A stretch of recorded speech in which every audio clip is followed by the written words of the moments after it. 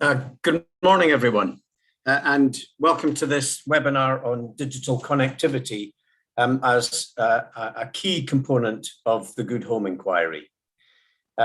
First of all, for those who don't know me, I'm David Orr, and I've had the real privilege, actually, of being chair of the Good Home Inquiry. We've been looking at the quality of our existing homes for the last 18 months, and we'll be publishing a final report in the middle of September. Digital connectivity and the question of connectivity generally has been a key part of how we've been exploring the things that work in our homes and the things that really don't work. So this is a topic that we have been, well, I've certainly been looking forward to for some time, and I'm really looking forward to this webinar. I have a few quick housekeeping notes. As is traditional with these webinars, participants are going to be muted, but you can, of course, make your voices heard. If you use the Q&A box, if you have any questions for any of the panelists, and I'd really encourage you to do that. If we don't get through all of the questions, we will try to provide answers after the event. But as many questions as possible so that we can make this as participative as possible. Can I suggest that if you've got comments that you want to make or links to things that you think might be of interest to others, that you might use the chat box for that. So questions in the Q&A, comments and links in the chat box. We've had some questions already, but let's get plenty more. We're recording today's webinar. And it will be available to watch on Aging Better's YouTube channel after the event. And for anyone who might need them, there will be subtitles in the on-demand video if required. And whether you're engaging in this now or even watching it after the live event, please continue the conversation using the hashtag #GoodHomeInquiry. So today we're focusing on how a digitally connected home supports and enhances a good home, and how we ensure more people are connected in ways for them that work for them in their existing homes. It's a key part of the Good Home Inquiry structure, alongside homes and health, the environment and energy efficiency, and how we go about financing home improvements in a much more strategic and organized way than we do at present. I mean, digital connectivity has become even more critical over the last year or so. I am increasingly struck by how many things you can now only do if you are digitally connected, and how many things have stopped using paper, we've stopped using cash, there's cards only. We are now living in a digital world which has been kind of supercharged by the COVID pandemic. And if you are excluded from that, then you're excluded from an awful lot of daily life, not just from the kind of practical realities of day-to-day life, but for many people who were almost certainly trapped or feeling trapped during lockdown. Those people who had access to digital means of communicating and using video and the various other digital communication tools that we have, were able to stay connected in a way that other people have not. You know, I know that there is some anxiety amongst some people about what digital means, about how you use the kit. Well, these are things that we're going to explore. We're going to explore the potential connectivity challenges, the cost, and we also want to explore something about the way that people's lives can be enhanced by good and effective use of digital channels of communication. So we've got three great speakers to kick off. Basically, for the first half of this webinar, we'll have short presentations from our three speakers, and then we'll open it out into a much broader Q&A session. So our three speakers are firstly Emma Stone, who is Director of Design and Research at the Good Things Foundation. Good Things is a social change charity helping people improve their lives through digital, and Emma leads a team which blends service design and innovation with research, evaluation, and thought leadership. Helen Burrows is Content and Services Policy Director at BT. She leads the Content and Services Policy team there, covering issues including digital inclusion, consumer fairness, content delivery, media policy, online harms, and data. And I think Helen might be discussing BT's new Home Essentials tariff. And then we have Kerry Roberts, who's Strategic Funding Manager at E.ON. Her role is to originate, develop, and lead health programs with external partners. In particular, I think Kerry's going to discuss the Healthy Aging Challenge community of practice, a community of organizations that support people to age well. So 3 different perspectives and 3 important parts of our conversation. And to kick things off, I'm going to pass over right now to Emma. Emma, welcome and thanks for coming along. Brilliant. Thanks very much, David. I'm going to do the screen sharing thing now, and hopefully this will bring up my first slide.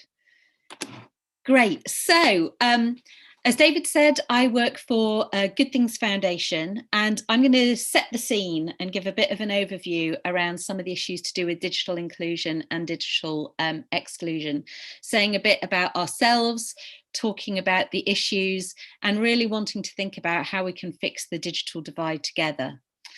So a bit about Good Things.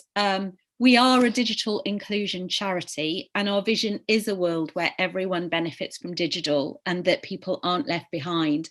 But really importantly, we're a people first, not a tech first organisation. And that's why the outcomes we want to support people to achieve are about enabling them to be digitally able, safe and equal, so they can be happier, healthier and better off. And we do that in 3 main ways. One of those is around supporting a UK network of really diverse community organisations, libraries, social enterprises, other local partners, housing associations, hostels, and what they have in common is that they are in some way, big or small, responding to need in their communities or among their service users about supporting people to benefit from digital and get digitally included. And one of the ways we do that is through Learn My Way, which is a free online learning resource helping people to take first and further steps online. And we also, as Good Things, collaborate, campaign for change, do research, partner with others. So for us, digital inclusion means 3 things. So one is that connectivity piece that David was talking about, and that's about access and affordable access to devices, to being able to afford enough data to meet your needs. The second, crucially, is about skills. And I'm not talking about kind of high-end coding skills. I'm talking about the everyday skills to be safe online and benefit from digital technology. But even just having skills isn't enough if you don't then have the confidence and the motivation to use those. And one of the things that we know and that this last year has really shown us about digital is that it isn't a case of you learn it once and then that's it. These are skills and things that we have to keep on learning and have to have that confidence to keep on changing as the demands of the digital world and the opportunities keep changing as well. And what we have really seen through the last year, as David was saying earlier, is that digital, it just has become such an important aspect across so many different areas of our lives. And so what that means now more than ever is that we are seeing how digital exclusion is widening inequalities. And whether that's about housing and health, or whether that's about jobs or learning or accessing benefits or making payments or community life, digital exclusion is widening and deepening inequalities. One of the things that we do at Good Things Foundation is do our best to bring together different statistics that are produced by external bodies, as well as producing our own, around the trends in terms of digital access and internet use in the UK. And there are some great sources of data out there from Ofcom and Lloyds and the ONS, among others. And so these are just a few from our Digital Nation 2020. So we'll be updating this. We update it in the September of every year as the new releases of data come out. So what we do know is that there are too many people who cannot use the internet without help and don't have internet access at home. But importantly, we're not only concerned about those who have no access and no connectivity, but increasingly we're concerned about people that we call limited users, who may have some access, but not enough to meet their needs.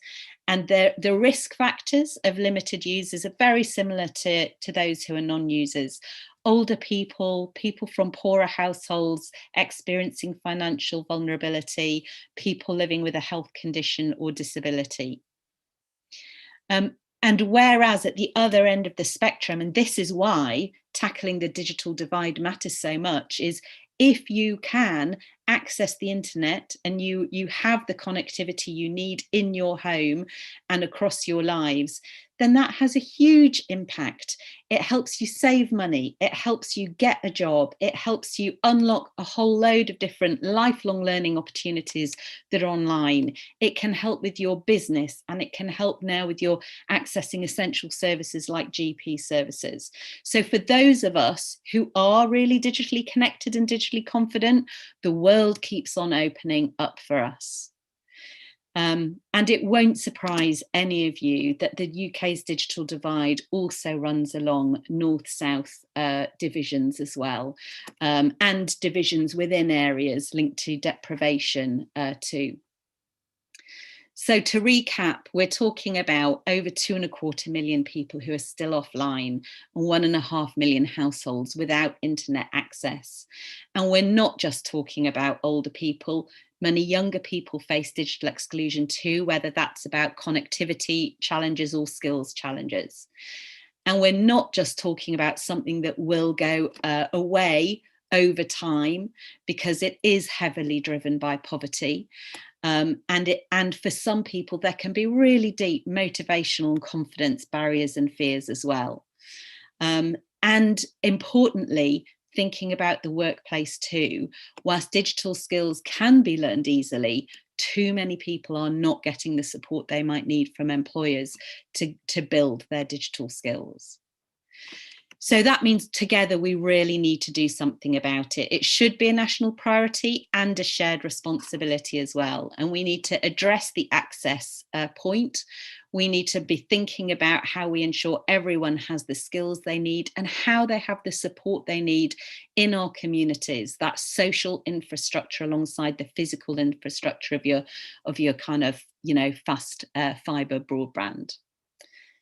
We face some real risks here. We know that, in fact, the fact that we are even having this session today is because people are much more aware of the importance of digital connectivity. But at the same time, there's a real risk it's seen as everyone's problem and therefore no one's problem. And a real risk that a significant minority will face deeper exclusion, be left further behind. And that as lockdown restrictions start to lift, we'll lose momentum on really trying to drive forward improved connectivity, even though we know that the pace of that digital change is just going to continue to accelerate. So we can work together to make a difference. We can advocate for change together. Every October we run Get Online Week, and it would be great if everyone in this room were to support that campaign this October.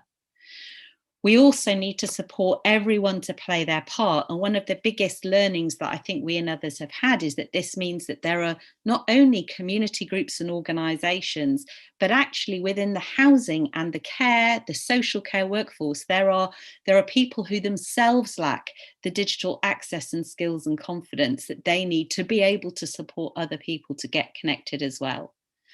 And we need to design solutions together. And so my final words are about a new venture that we're leading at Good Things Foundation, supported by Nominet, which is the Data Poverty Lab, where we're wanting to work together with others, including people who have that lived experience of data poverty, to seek sustainable solutions to one part of this bigger digital exclusion problem. And so it's been brilliant to get support from Virgin Media O2 to help create a national data bank, a bit like a food bank for data, where free mobile data is going to be allocated via members of the online centres network, via community groups, to local people in need. And it's brilliant too that Helen Burrows from BT is going to be speaking later, because this is only one part of the solutions. Other include social tariffs, and BT, among other industry organisations, has been a fantastic supporter of Good Things and of the community organisations in our network as they try and respond to the local need. So thank you very much. It's been a real privilege to be here today, and look forward to discussing later. Over to you. Emma, that was great. Very many thanks for that. And what a beautiful segue into our next speaker, Helen Burrows. Helen, as I said earlier, Content and Services Policy Director from BT. Over to you. Hi, so I think we've got some slides, which Kerry is going to kindly run for me.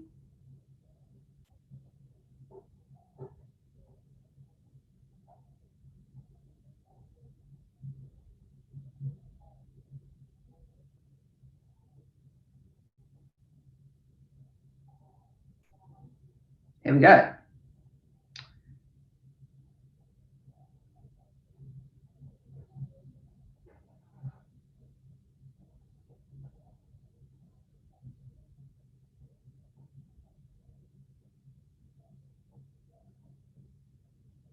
Here we are. So this is me. So just a few thoughts on technology. I mean, echoing, I think a lot of the points that Emma has just made, but worth, I think I'll just set out briefly on the next couple of slides the way we see this problem and the challenges around it, because as Emma said, it's a complex issue with many different contributing factors, and it's going to need many different interventions to really make serious progress, I think. So I just wanted to set out, how we see that and where we see that we can play a role, because we certainly don't think that we can solve it on our own. But sort of thinking about it from our point of view as an infrastructure and connectivity company, there are, similar to the way that Emma set this out, these 4 different aspects to it. So the one that in some ways industry and government has been focused on a lot, and you'll have seen discussed a lot in the media in the last 10 years, is the infrastructure side of it. Is the network there? If you wanted a connection, could you get one? Increasingly, the answer to that question is yes. UK coverage of superfast broadband speeds is really good, very high coverage of superfast broadband speeds, one of the highest in the world. Fibre build is a bit behind that, but now underway, so rapidly catching up. And we're starting to reach the point where superfast broadband coverage is available to 96-97% of UK premises and homes. That final few percent is still being worked on. It gets harder as you get towards those final few percent. The last percent, the 99th percent, will be really, really hard, very expensive. It really is those very remote areas of the UK. There's an ongoing discussion with government about how as many of those homes as possible can be reached, and how to support those who are not going to be reached by the fixed network, of which there will be some. So that is an ongoing problem, which was probably dominating discussion sort of 3 to 5 years ago, but now it's too early to say that it's solved, but really excellent progress being made there. And then connectivity is the thing that is really coming to the fore. So I think that's something that we always expected, that even while the debate was dominated by coverage, in some ways coverage is an engineering and an infrastructure problem. And as you get down to those final few percent, it's just a finance and investment problem. How much money really are you prepared to spend to reach that final 1%, where the cost of building somewhere is never going to be covered by the amount they might pay for that service, and how much subsidy is going to be available to reach those final few homes. Whereas once it's available, attention then rightly is turning to uptake. And then the thing that has really shifted both attention and attitudes there has been the pandemic. I think it's fair to say that before the pandemic, although there were organisations like Good Things working in this space and really seeking to draw attention both to how important it is and also how what sort of interventions could help, I think the view from government was really a sort of push effort. So supportive of schemes that might help people to get online if they wanted to, but that if they didn't, that was okay. And I think what's really been revealed by the pandemic, as was set out at the top, is how that isn't really sustainable as we look into the future. Everything that we do in society is moving online. Banking, shopping, public services over the next 10 years are going to become digital first. So just to function in day-to-day life is going to be necessary for everybody to be online. And so the question now is, how do we bring that about? So we really see our role as, in this one, as we're a connectivity company, how can we help to ensure that as far as possible there's the right connectivity options available to people, and to where we can intervene to make them affordable and below market prices to some of those groups that need support. And then there's, as Emma outlined, these other two aspects, both very important. In some ways, the things that drive the big numbers you hear about people who are either not online or not able to be fully online. It's one thing to say, can you afford connectivity? Connectivity is not much good to you if you haven't got a device. Even a cheap device might be a couple of £100. For an entry-level tablet might be 100, entry-level laptop might be 200. For someone on a very low income, that is a lot of money. And then if you've got that device, can you use it? What skills are required to get it set up, get it working, and then navigate around to find and do the things that you need? If we just flick on one, David. So as Emma set out, there's these different groups who are not online. We really kind of see that as being, you know, these three groups with different drivers. The vast majority, very relevant to this session, of people who are not online are older. That is really what drives the big numbers of people that have never used the internet. It's various ways to measure it. Have you ever used the internet? Do you ever go online? Do you have broadband at home? And whichever way you sort of pass that question, the biggest group that answer no to those questions are older, typically over 65, but the older you get, the higher the proportion is. So in the over 75s group, 50% of them are not online. There is a smaller group that really struggle with affordability that can be any age range. But the difference between them is older and not online is perhaps a good 2.5 million people. Whereas that smaller group that are not online, very discussed through the pandemic because some of them had children and were struggling to homeschool without broadband. There is a significant group there, but it's smaller. It's about 500,000 households probably. There's some overlap between the two. So there's some older people who also have a cost issue. And as Emma said, some of those people who are younger and really have a cost issue are likely to also have a skills issue. So there's some overlap there. But it's helpful to us, I think, to think of them as two different groups with a sort of different primary driver each. Do you want to move on, David?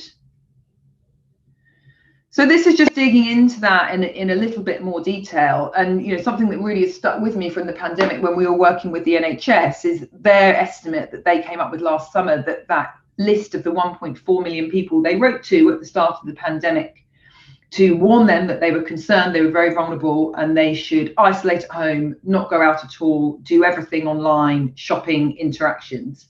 That their early estimate was half of that group, 700,000 of them, weren't online.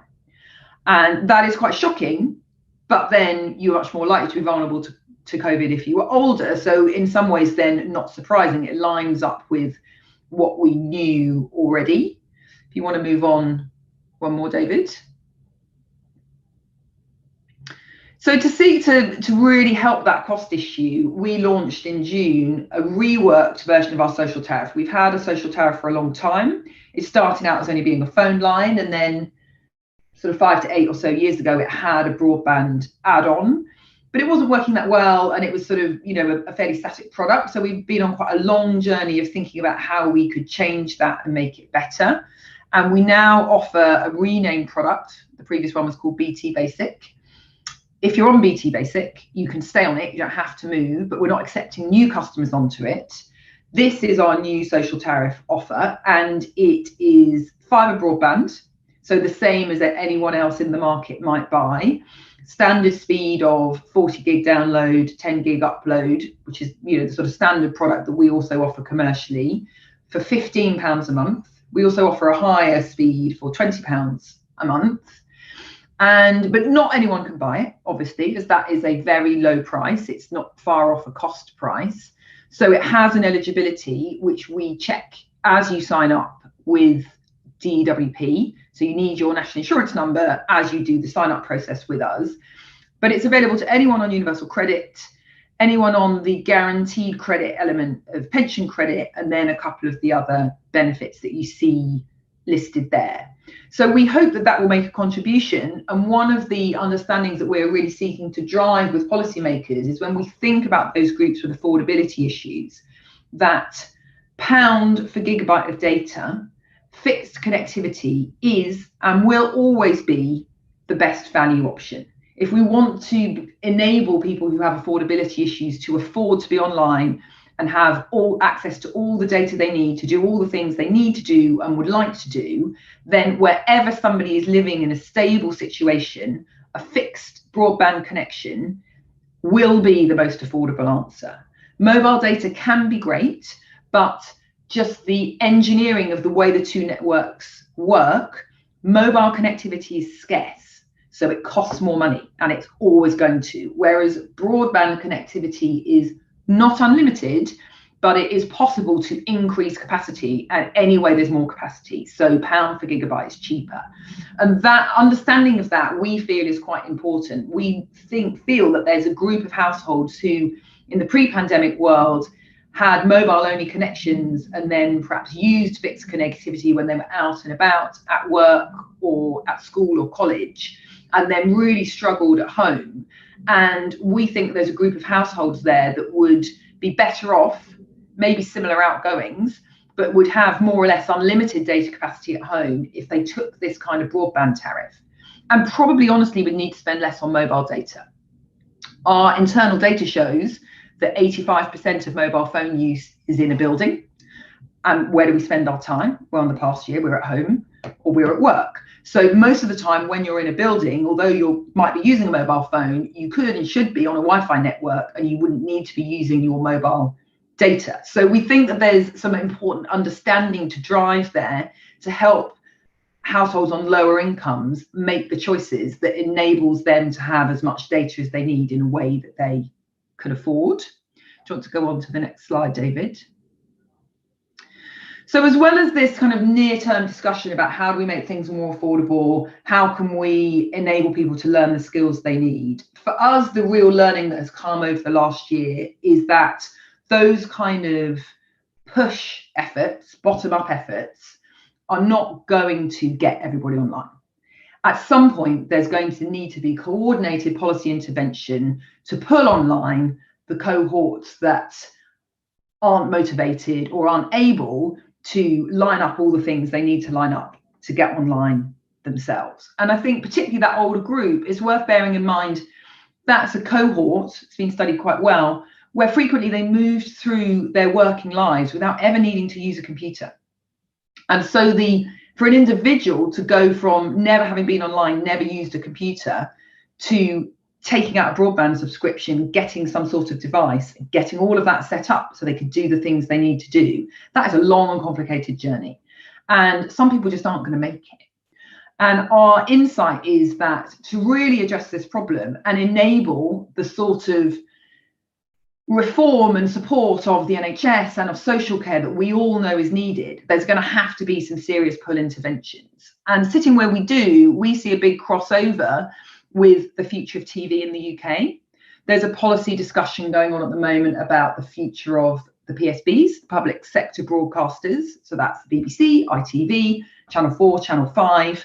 What can be done to support them in a digitising world? They've got a set of challenges as more and more of their audience moves to watching things like Netflix, watching online. And it's not clear at the moment how they can survive. And looked at on its own, that is a set of problems. And then there's the kind of network rollout and how do you get investment for those final few percent that I talked about at the start. And then there's this challenge of how do we support and bring online the cohorts that don't want to or aren't able to do it with the kind of support that's available at the moment.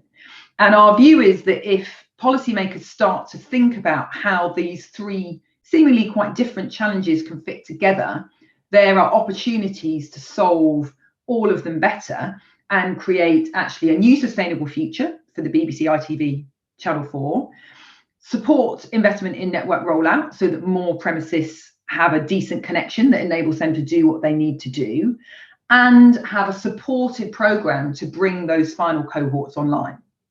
And for that last bit, really what we're thinking about is something similar to the TV switchover programme that ran in the 2000s, when TV itself moved from analog to digital, and there was a similar cohort, similar in many ways, similar numbers, similar demographics of older people who didn't naturally upgrade their TVs, but there was a supported programme that ran and moved them all. It was very successful. We think that that kind of thing can be done again if we all work together. Do you want to move on, David?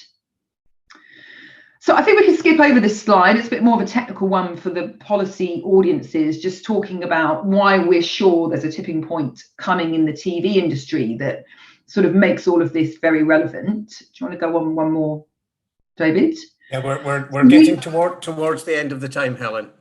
Fine. So we think that there's a set of things that government should think about now. And some of them are in this discussion around digital inclusion and getting people online. Some of them are in a parallel policy discussion that's going on about the future of TV. Ofcom's been working on it. That's going to be picked up by government next. And so we would like them to start to think in that process about how they can bring these things together and set out a plan for supporting everyone to get onto an IP connection that they can use over the next 10 years or so. I think I'll conclude it there.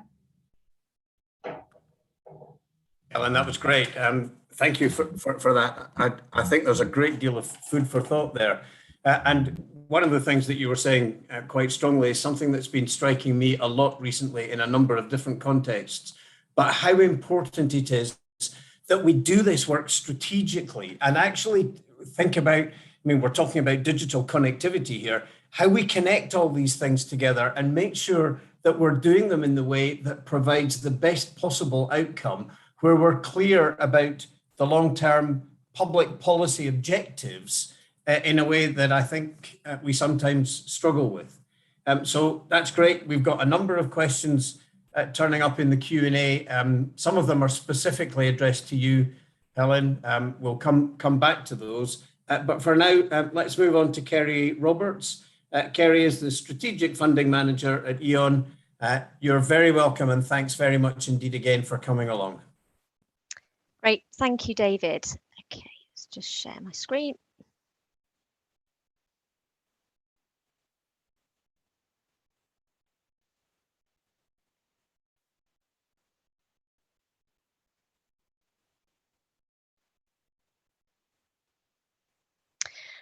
Okay, good morning. And as David mentioned, I'm a strategic funding manager and work for E.ON Energy Solutions. And I'm leading a 3-year research and development trailblazer programme called the Homes for Living, which is supported by UKRI's Trailblazer under the Healthy Ageing Programme Fund. Now, the Homes for Living programme is focusing on supporting people to live independently in the comfort of their own home for as long as possible. But I'm going to give you some background first. So for the majority, people do want to stay in the comfort of their own home as they age, because that's where memories have been made and cherished.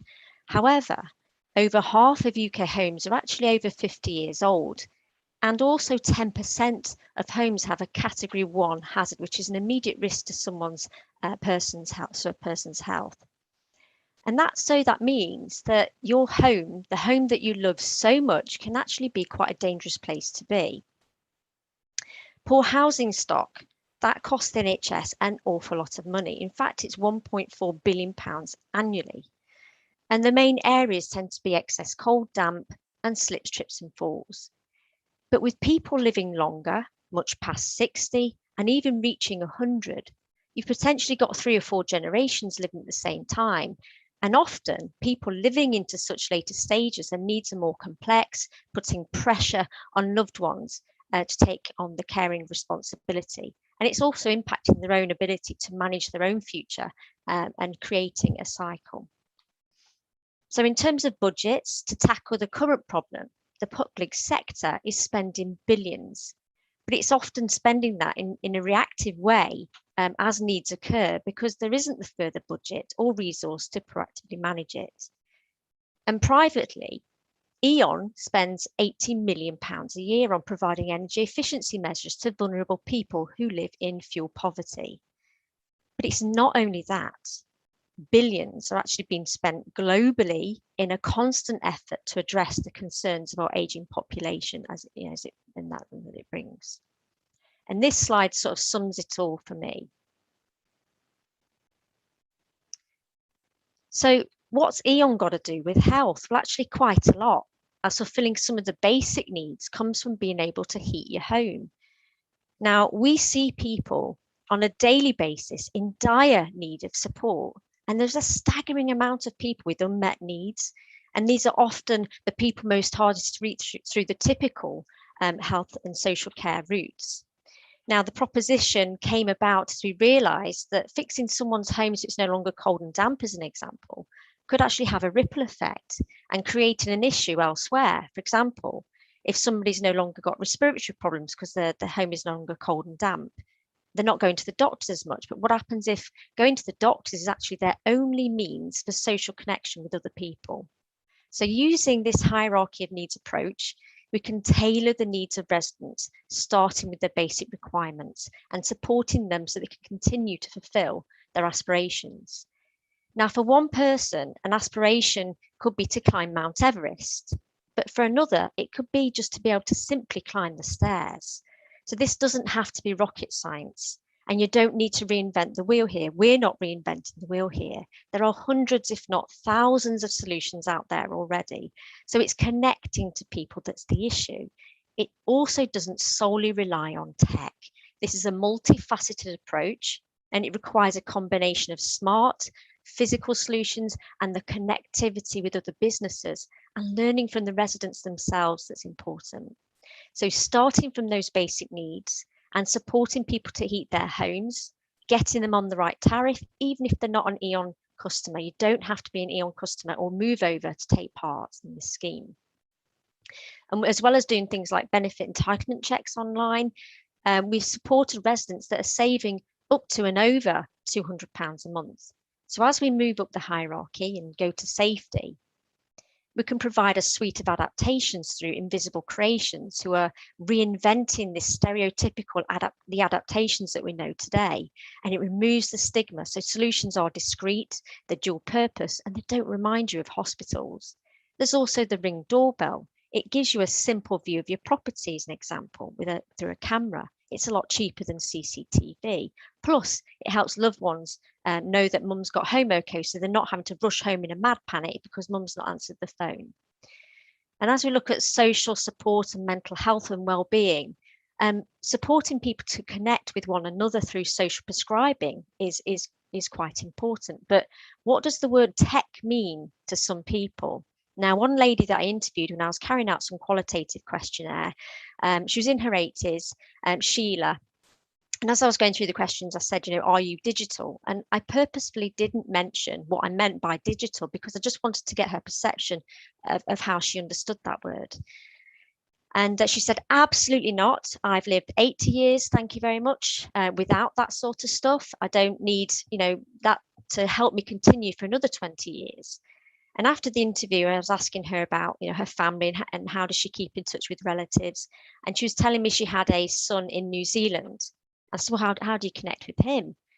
And she proceeds to get out this enormous handbag And within that, she takes out an iPad. So this iPad is so important to her that she carries it around on a daily basis. And she was showing me how she uses Skype and FaceTime. She's even got a Facebook account. And she uses jigsaws to keep her active and her mind stimulated daily. But in terms of social connections, we're working with local authorities who do heaps of work on social prescribing already. There's lots of apps out there. There's web pages that tells us all about what's happening in local areas. So let's help people to get the support by signposting to online or local services and actually helping them to connect online. Now we're working with Newcastle University and partners to look at how a smart kitchen can keep people safe and active. And one of the biggest challenges in the kitchen actually is being able to cook for yourself safely as you age and if you have a disability. But it's also the worry that loved ones have, knowing that the relative is safe and that they've actually turned the oven off, as an example. But finally, we're working with ADL Smart Care, and they're producing a free app where you can quickly assess your current aging position on a life curve, and you get advice on how to improve. But there are actually 15 markers that indicate being able to live independently. And one of those markers is the first markers, actually, important markers, is not being able to cut your own toenails. If you can't cut your own toenails and you can't wear your shoes comfortably, you're more and more less likely to be able to leave the house. So it's getting that information to people to help them understand how they can age better. But we are offering this package to people using an eligibility criteria, so that we can offer it free to people on low income, those that are in fuel poverty, and bridging that gap between the experience of the rich and the poor. Or you have a disability, or in fact you're over 65. But on a final point, whether we like it or not, digital is happening, but it's how we choose to embrace it and make living and aging easier, supporting people to get connected. But also businesses also need to be mindful of the language that they use. People still associate digital with computers and programming, robots and taking over the world. So it's really important that the message we deliver is not based on assumptions. So just moving on to my next slide, I think it's good to probably see who we're working with. So the partners that we're collaborating with, because we're not the experts in healthy aging, we don't profess to be, but it's important that we connect with the right people. So we're also focusing on a 5 Midlands counties area in the 3-year programme that we've got. But it's not just those 5 county representatives. We have essential advocacy from frontline organisations, charities, third sectors, engaging in promoting our mission for change. And until E.ON and its partners can build that recognised brand, helping residents to understand more about how to support themselves so that they can make their home a place where they can thrive and not just survive. But not only that, we've also accepted a seat at the Prime Minister's Champion Group for Alzheimer's, and are working with none other than Angela Rippon to help drive improvements and prevention to better health. That's all from me, so thank you. So once again, Kerry, thank you very much indeed. That was really, really fascinating. And the main slide in that presentation, I thought, was a really impressive distillation of quite a lot of the ways in which these conversations have to connect. We're going to go into the Q&A session now. So if Emma and Helen could unmute and put your videos back on so that we can all be seen answering the questions, that would be great. Thank you. First of all, I want to say that there are a number of questions in the Q&A that are specific to the Essentials package, Helen, that you were talking about, the BT Essentials package. We may get time to come to those, but if we don't, then the Centre for Aging Better will talk to Helen, get answers to those questions, and make all of that information available to everyone, so that we've been able to distribute that. I want to start. I'll put the link to Home Essentials in the chat as well. That would be really helpful, Helen. Thank you. So I want to start. This is a question that has been bouncing around since I think it was Helen used the expression, an expression we hear a lot, which is digital first. We're living in an environment which is digital first. My question is, how long is it going to be before, for some services, for some things, perhaps we're already there, it's digital only? And if we are in a world where digital only is an important consideration, how much does that change the strategic way that we have to approach making sure that everyone is digitally connected? Emma. So I think there are a few really important things to say here. And one is about the importance, especially for public services, of keeping channels open for people. And that just feels like quite an important point of principle. And I say that as someone who is absolutely passionate at the same time about getting people online, supporting them to have the skills and confidence they need. But I think one of the things that I'm really keen to avoid is a split between people who are campaigning for keeping channels open and people who are campaigning for digital inclusion. These things need to come together. It's not an either or. So I just wanted to kind of articulate that really. I think the second thing to say is that I suppose there is something around any digital service needing to be designed in a way that designs out inequality, right? And I mention that because it's important for when we think about digital services provided by housing associations, provided for our health, hospitals, GPs, etc., etc. You can design your resources in a way that requires a lot of data. You can design your resources in a way that kind of is plainer language or not. And it's just really important to bear in mind the point I made earlier about limited users. So people for whom they may well have a device, but actually they may struggle to use that for things like, managing their universal credit journal.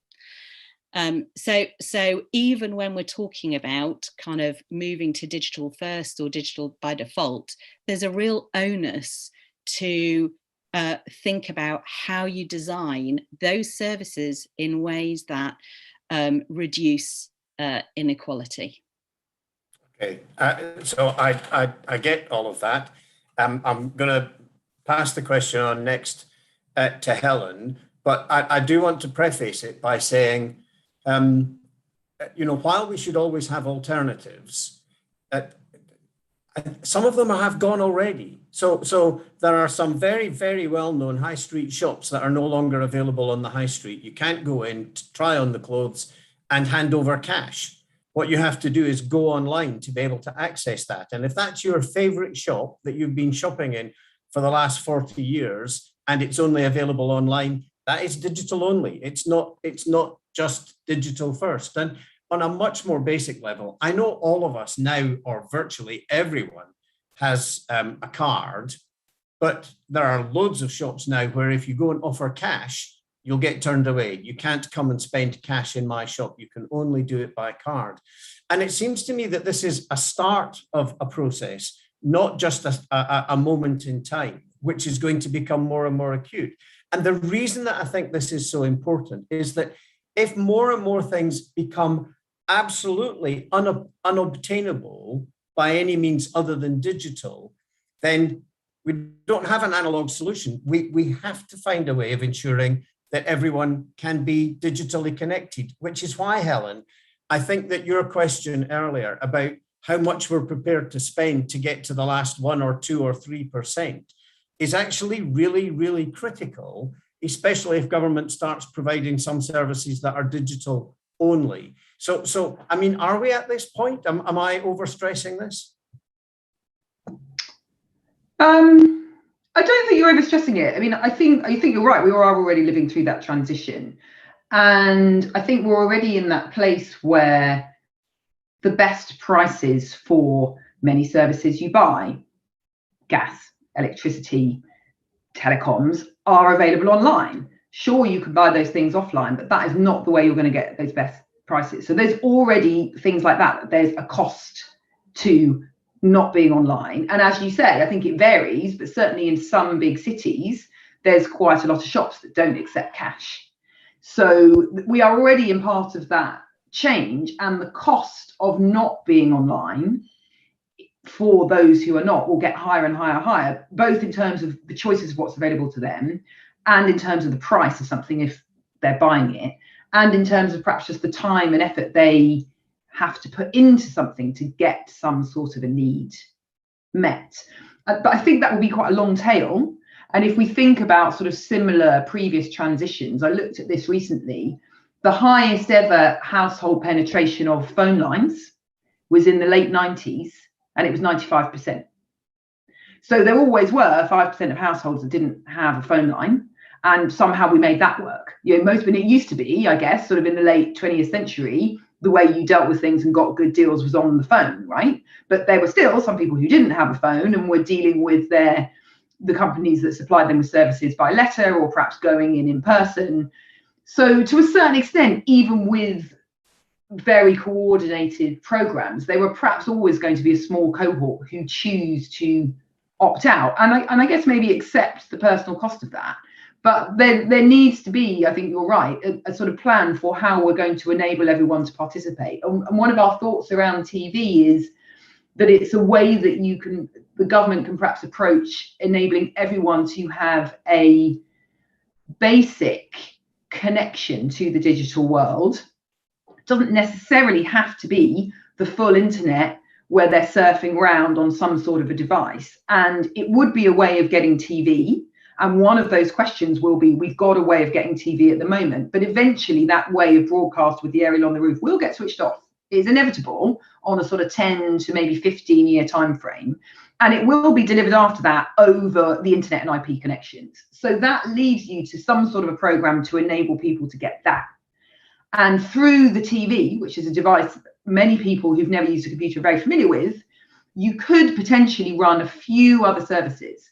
Probably not loads, you know, we all know scrolling about our telly is quite clunky, but it maybe is a way to enable some of the very essential services, like perhaps talking to your doctor, to happen. It also means that that household becomes a household that has a digital connection, so that some of the sort of monitoring and support, say if you need care, that Kerry was talking about, can happen, whether you as the household owner engage with the wider internet or not. And so I also think in some ways we need to break down some of these problems. It won't necessarily have to be as black and white as can everybody send each other funny cat videos.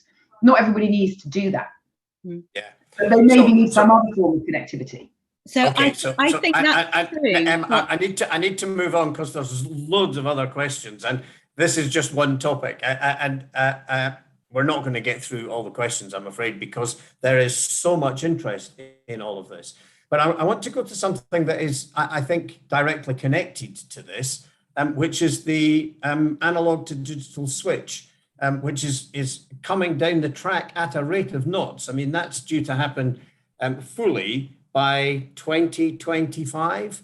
And Kathy Wiles in the Q&A has talked about actual cases of vulnerable older people in Edinburgh with landline-based CAS alarms who have been given 48-hour notice that their line will switch to digital, no acknowledge of the impact on their lifeline services. So Kerry, given the work that you're doing and the project that you were describing to us, how much of a challenge is this?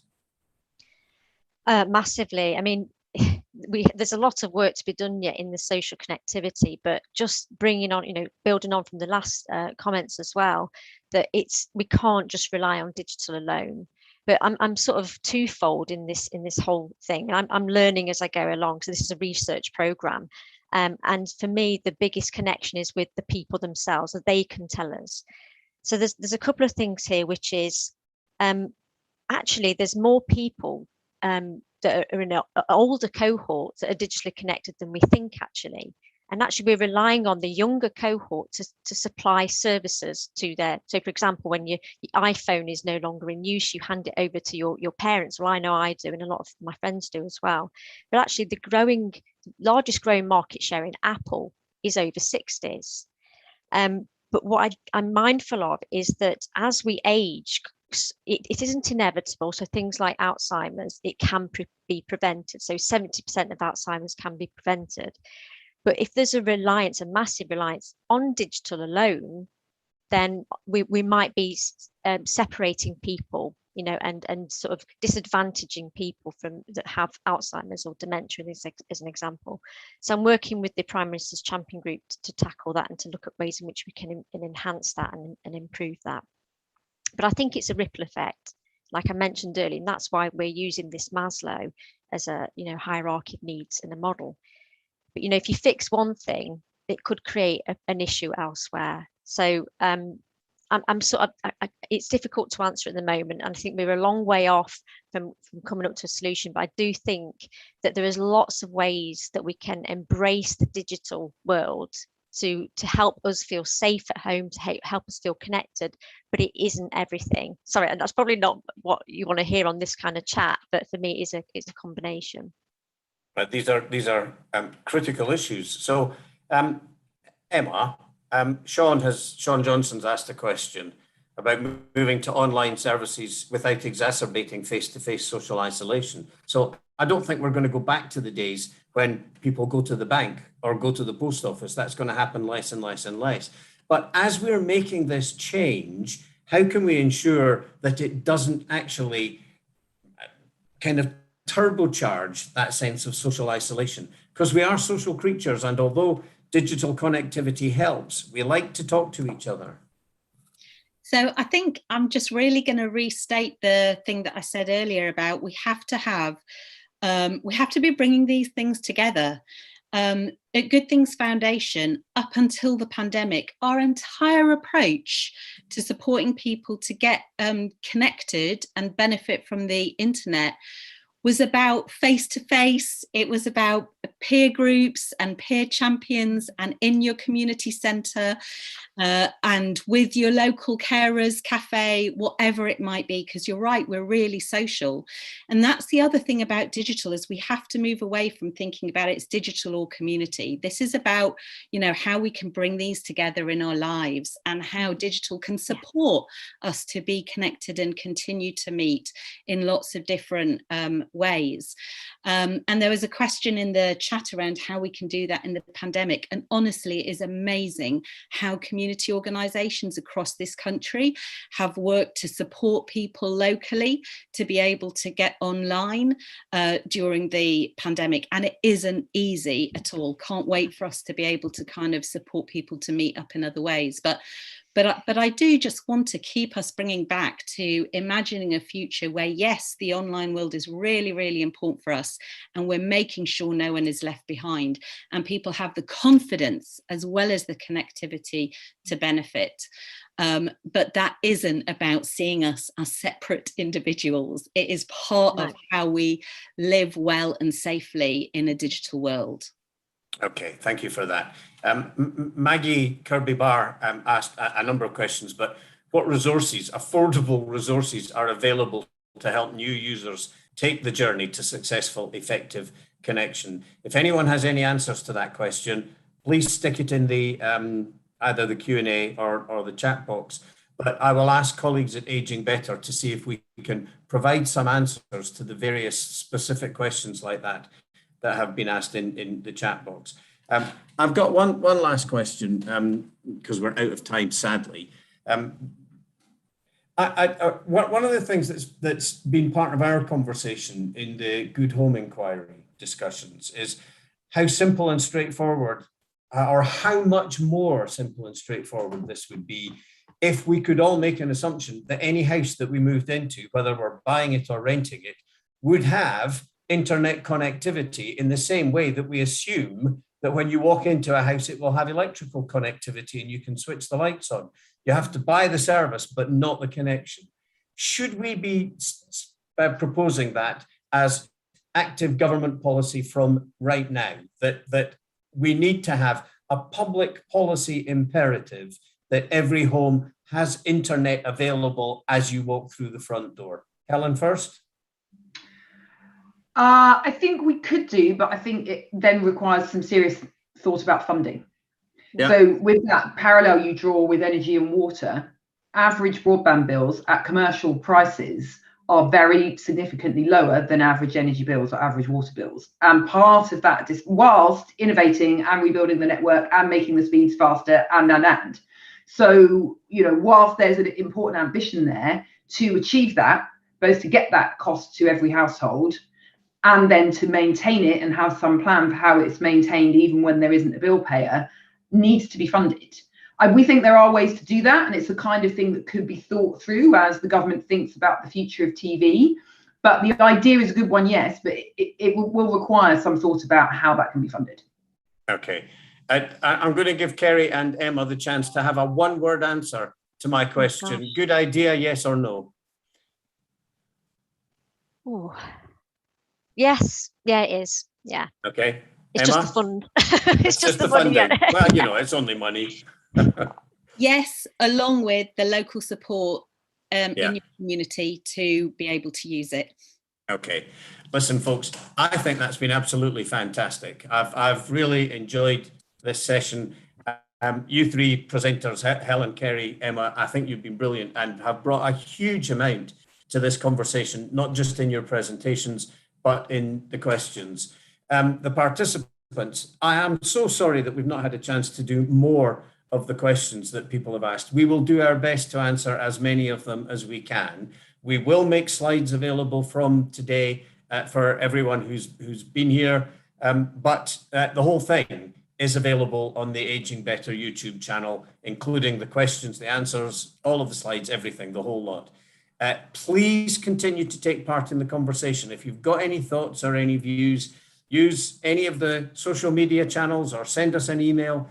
Keep in touch. And for now, other than saying a huge thank you to everyone who's been involved in this, including colleagues from the Centre for Aging Better who've managed it, organised it, and set up all the technology for it, can I just remind you, first of all, that, well, the next Good Home Inquiry event will be the launch of our report, which is happening on the 16th of September.